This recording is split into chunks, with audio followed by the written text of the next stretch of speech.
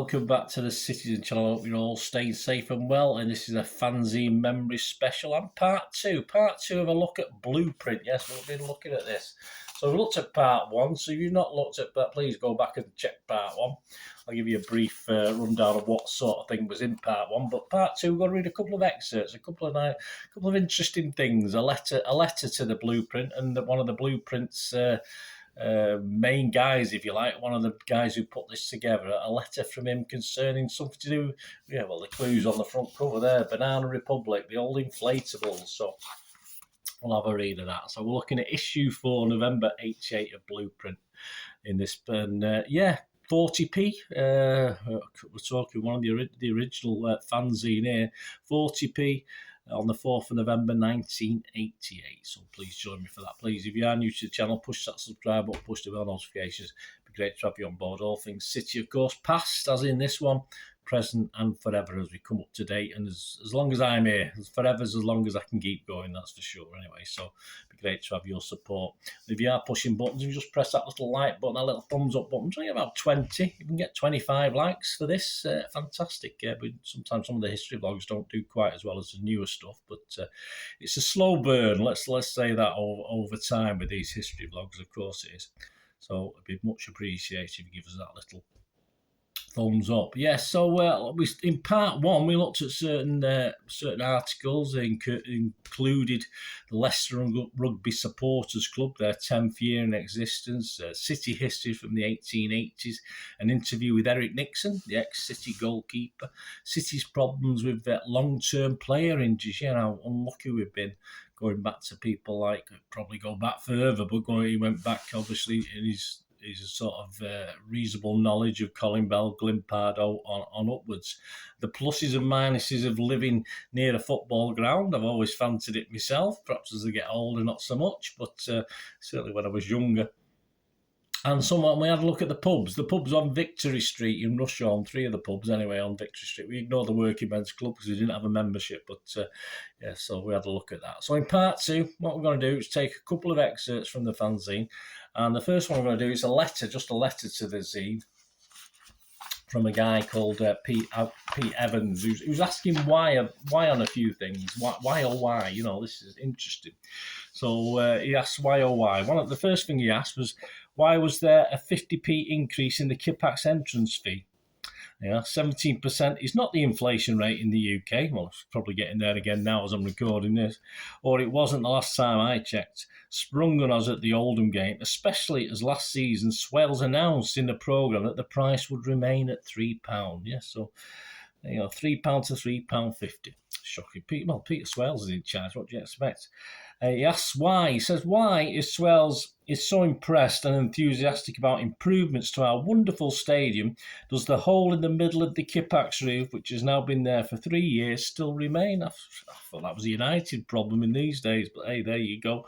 Why, he asks, isn't anything being done about the ridiculous arrangements regarding the Platt Lane end? We should have at least half that stand. Surely it wouldn't be that expensive to put fences up to block off the centre section and let the away fans enter via the Kippax corner of the ground. The closure of this section to City fans cost City at least 5,000 regular supporters. Well, probably for big games, in fairness, but for the big games, usually the away fans used to sort of fill it pretty well, didn't they? But I can see his point. I mean, if you watch some of you, obviously I was there at the time, but if you watch some of the games back now, and you a few hundred fans rattling around in the old Platt Lane end where I used to watch City when I first went to Main Road. But interesting point. As I said, I think there's still plenty of room elsewhere for the 5,000 City fans. But I take the point. Now, why is it hard to get into Main Road if you're a City fan than an away fan? Nothing probably changes there. You must either be a member or get a seat in advance, unless you go in J Block, where you can see properly. There you go. Why doesn't the super new electronic scoreboard? Oh, it's a wonderful invention. That if you never saw that scoreboard in the North Stand, you've missed a trick there. Why doesn't the super new electronic scoreboard give any half-time scores? Well, it's not everyone's priority, is it? But I understand that. And finally, because don't forget this was put out before Lake's major injury. Finally, why isn't Paul Lake in the England team yet? Probably good point. So there you go. That was Pete Evans, Loyal Blue, with questions to Peter Swells and questions to Manchester City. But so, did they get answered? Probably not, but there you go.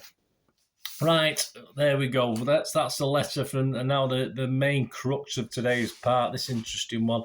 As promised, of course, the father of the old banana, Frank Newton, he gave us the ins and outs of what happened with his giant banana. So we'll read from his excerpt now in this Blueprint fanzine. In the close season, I visited a friend who happened to let slip in conversation that had a large inflatable banana. We always like to brag, don't we? I spent the rest of the evening persuading him to lend it to me and refused to leave without it. He eventually agreed, provided I proved to him that I actually took it to a game. Proof enough, Alan. If I never did give it back. He's actually took it. The Bananas' first match was the Plymouth home game last season. So this is November '88. So it would have been 87-88 season, of course, where it sat on the wall in the open section between the Kippax and the North Stand. I felt it was time to do something unusual to make up for being in the second division again. I went to the match with a friend, Mike Clare, who drew a face on the banana for effect. It was a hot day, so I took my City shirt off. Somehow this ended up on the banana, and the first glimpse of things to come was seen. The following week, we all got soaked at Oldham, where the banana attended its first away match. It missed several games then, but reappeared at Reading. Here, it was smuggled into the ground in Marc Todd's wheelchair. So a few name checks here. Marc Todd's wheelchair, as the police reaction was unknown. This was soon revealed as I stood on the terraces at Elm Park, struggling to put a bobble hat on the banana. A large uniform figure approached. I braced myself for the worst. I hope you don't have as much trouble putting a condom on as you're having with that hat, he said. Not funny, these coppers, aren't they? After that, I was quite open. Yeah, it was a joy to be asked on being searched, "What's that?" and be able to reply, "A plastic blow-up banana." They didn't know whether to believe me or not. The next away game was West Brom. Here, Mike Clare took the banana into the middle of the mass City fans and started the immortal chant, "Imri Banana" was born. For those of you lucky enough to have a copy of the video Life with the Blues, Mike's waving Imri about, and I'm third to the left, looking as if I'm trying to nut someone. After the West Brom game, if I went to a match without Imri, I always heard some comment about the banana not being there. Imri started going more often to Stoke on Boxing Day, where a kind official informed me that no banners or flags were allowed in the ground. Huddersfield in the FA Cup, Plymouth, Everton, who could forget the City following that night, Huddersfield in the Cup replay, and Blackpool in the next round. At the end of February, there was an important milestone in a banana story at Leicester. Imri turned up together with a smaller counterpart, immediately christened Baby Banana. Both also travelled to Sheffield United for the midweek match. My thanks to the City fan who loudly pointed out how Baby Banana must have been conceived. Imri's only other appearance at Main Road was for the Liverpool match, but apart from a fleeting glimpse, we didn't get him on TV. The stress of watching City was getting too much, and Imri split at Barnsley. He reappeared off his sickbed, heavily bandaged at Huddersfield and Middlesbrough. However, help was at hand. Mike Kelly finished his editorial in Blueprint, an excellent fanzine. You must get a copy. Issue 2 by saying, "We urge our readers to take a blow-up banana to Crystal Palace." Peter Gregory and Noel Bailey decided to jump the gun, so at Birmingham, Imri Banana and Baby Banana were joined by two others and a small 30 semi-peeled banana held by another City fan. The victory there was sweet after the constant barracking of debutant Neil Lennon by the Birmingham crowd, who also suggested you can shove your big banana up your arse. I didn't try, but was pleased to get a mention, fame at last.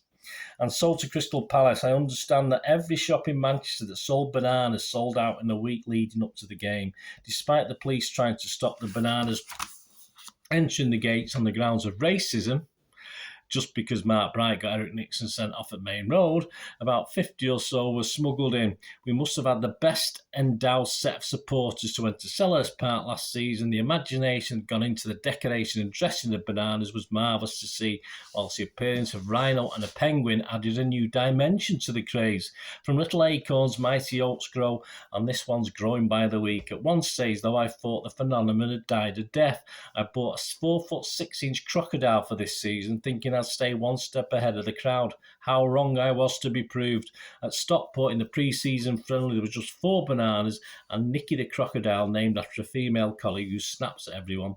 At Old Trafford, the situation was better, but not up to the standards set at Crystal Palace, and the season started. Looking at spectacular scenes at Hull, it was as if the close season was spent by City fans scouring the shops for anything plastic and blow up. Giant golf clubs, skeletons, gorillas and pink panthers, to name but a few, were the order of the day. At Leeds, the first blow-up doll appeared, as did an Alf and a number of sharks. Any naughty City fans who travelled to Chelsea for the midweek match may have been privileged to see the first appearance of Frankenstein, or it might have been his monster, mate. At Barnsley, a whole host of new inflatables appeared. At Ipswich, I stood next to a 6-foot dinosaur. That's probably a bloke, I know that.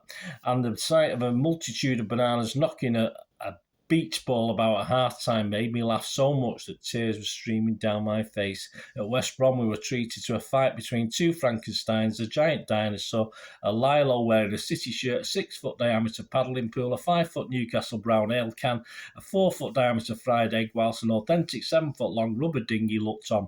A fine humorous touch was provided by a shark with a blow-up sailing boat in its mouth. It was a far cry from Imre Banana's appearance 11 months before, and far more entertaining than the match. It was disappointed to lose, but when a car drove past with a gorilla sitting through the sunroof, I had to raise a smile. Numerous newspaper articles, a personal mention in the match programme, and even a TV interview. Later success hasn't changed me at all. I would have bought the Porsche and the house in Wilmslow anyway, so City now have a huge and good-natured away following, an excellent relationship with the police wherever we go, acclaim from the media, and profile a spectacular scene at all the grounds we visit. Home fans at Plymouth are spotting queuing up to take pictures of the City crowd.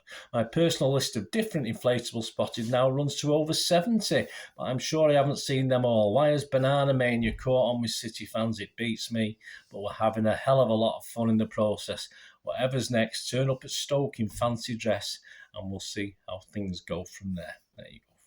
So that was Frank Newton, yes. So you'd never seen my 99 Wembley appearance of my inflatable Buzz Lightyear. There you can add that to your list, Frank. There you go, 71 and plus more, I'm sure, between 1988, 89 and 2023, which is what we're in now. So there you go. Hope you enjoyed that, guys. So as promised there, old Frank Newton. So that's the original print of what he put in his blueprint. He was part one of the guys who created Blueprint, of course. Issue for November 88. I hope you enjoyed that. Thanks for joining me. If you've got any memories of Blueprint or any of the guys mentioned there, or the free inflatables, give us a shout. Great to hear from you. And my thanks to Mike Kelly and Frank Newton and Blueprint Fanzine for this 2-parter. Hope you enjoyed it. Whatever you do, till we meet again, that's one thing, don't I? Please stay safe, Blues. Come on, City. Bye for now.